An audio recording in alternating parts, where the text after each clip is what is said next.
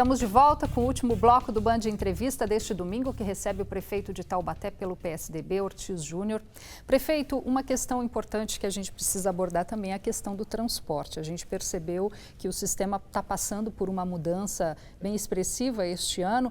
Essa transformação do transporte público em Taubaté, por um lado, tem as suas justificativas, mas por outro lado a gente tem a população aí reclamando de alguns ajustes, ônibus muito lotados. Agora a gente está vendo aí uma greve, né, do transporte complementar. Como fica esse processo até o final deste ano? A gente pode ver aí um processo mais amistoso? Com certeza. A gente fez uma mudança significativa, Rose. Taubaté há 40 anos tem linhas perimetrais, 40 quilômetros entre ida e volta. A gente tem linhas que atravessam o eixo da cidade leste-oeste, por exemplo, que sai lá do finalzinho da Gurilândia na Cinderela e termina lá no Santa Teresa, que é o último bairro em direção oeste da cidade. São linhas de 40 anos atrás, pensadas num outro momento, quando não se tinha um número grande de veículos automotores na cidade, pensada numa outra realidade, numa outra cidade com outro eixo viário. Hoje a gente transformou essas linhas todas perimetrais em linhas radiais, centro-bairro, bairro-centro. A gente fez um estudo de demanda e concluiu que 70% da cidade reside, 75% da cidade reside em até 4 quilômetros, uma distância de até 4 quilômetros da Praça do Epaminondas. E a gente investigou um segundo dado importante, que 90% da população de Taubaté que usa o transporte vem ao centro e volta para sua casa. Então, não tinha sentido ter linhas de 20 quilômetros de um eixo a outro. É uma cidade muito adensada. Né? É muito adensada. Então a gente resolveu transformar essas linhas em linhas radiais, bairro-centro, centro-bairro, e implantou o passe integração, com 1h15 dentro do sistema. Com o mesmo passe, o cidadão pode descer no centro da cidade, fazer rapidamente o que veio fazer e voltar para suas casas com o mesmo passe. Ou vir ao shopping, por exemplo, aqui, com o mesmo passe. Então, essas mudanças acarretaram impacto de assimilação. Toda mudança que nós fizemos na cidade acarretou impacto de assimilação. Tenho certeza que nos próximos 2 meses nós vamos assimilar tudo isso e a mudança do transporte vai ser entendida por todos. O transporte complementar não vinha prestando um bom serviço, a verdade é essa. Ele tinha linhas exclusivas no São Gonçalo, na Vila Aparecida, e prestou um mau serviço nesses 3 meses.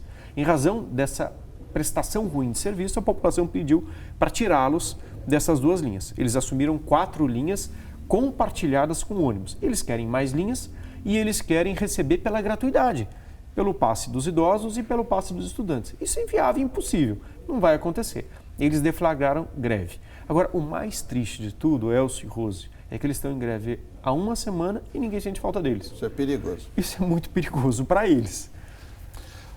Não podemos deixar de abordar uma questão importante, que é a questão política.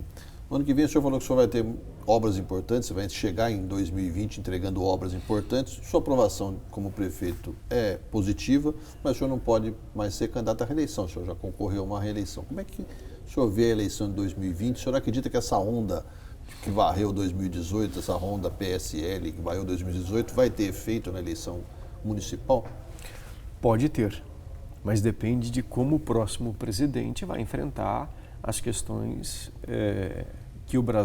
estruturantes que o Brasil precisa enfrentar nos próximos 2 anos. Tem uma reforma tributária importante, ele vem dizendo vem falando do fortalecimento dos municípios, e fortalecimento do município é repartir de modo diferente as receitas tributárias. O município não pode ficar com 13% de tudo que ele arrecada, a União com 67% e o Estado com o restante. Precisa realmente dividir melhor, mas ele é capaz disso? Ele vai conseguir enfrentar o lobby dos estados e o lobby das grandes estruturas da União para diminuir o gasto, o custeio da União para dividir melhor esse bolo? Ele vai conseguir aprovar uma reforma previdenciária? Ele vai conseguir aprovar uma reforma política de fato? Vai conseguir dialogar com o Congresso? São desafios colocados ao próximo presidente que são determinantes para responder a essa pergunta no ano de 2020. Né? Essa direita, essa guinada que o Brasil viu nesse ano mais à direita, ela foi só um antagonismo aos governos do PT ou de fato ela é uma guinada de percepção da vida política brasileira. O senhor Por parte das percebe alguma pessoas. mudança isso no cenário político local? Não, local não. A gente não faz macropolítica, a gente não faz política econômica. Na verdade, as pessoas elas estão muito interessadas em como a cidade vai ofertar a elas uma boa condição de viver, né? É isso que o gestor municipal, o gestor local faz.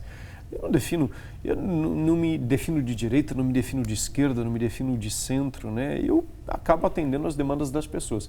Então, é muito difícil dizer o que vai acontecer em 2020. E, obviamente, a gente tem que manter as questões importantes da cidade. Mas não passa pela minha cabeça falar em sucessão antes de terminar esses grandes compromissos que a gente tem nos próximos 2 anos. Prefeito, muito rapidamente, só para a gente encerrar o programa, o que o senhor poderia dizer aí para os taubatianos, aproveitando esse momento aí de comemoração de aniversário da cidade? Uma mensagem. O taubatiano é um povo extremamente cioso da sua cidade, dedicado, contribuiu muito nesse período de crise, grave crise econômica, contribuiu com o país, com o Estado, vem contribuindo com a cidade. Taubaté completa, nesse dia 5 de dezembro, mais um ano de um ciclo de fundamental importância para o país. O taubatiano participou de praticamente todos os movimentos nacionais e com extraordinário desempenho. Então, desejo ao taubatiano que continue acreditando na sua cidade, se esforçando, que as coisas tendem a melhorar com um novo governo. Prefeito, muito obrigada pela sua participação. Obrigada, Elcio Costa. Obrigado. Obrigada também pela companhia de você aí de casa. A gente fica por aqui. Um ótimo domingo.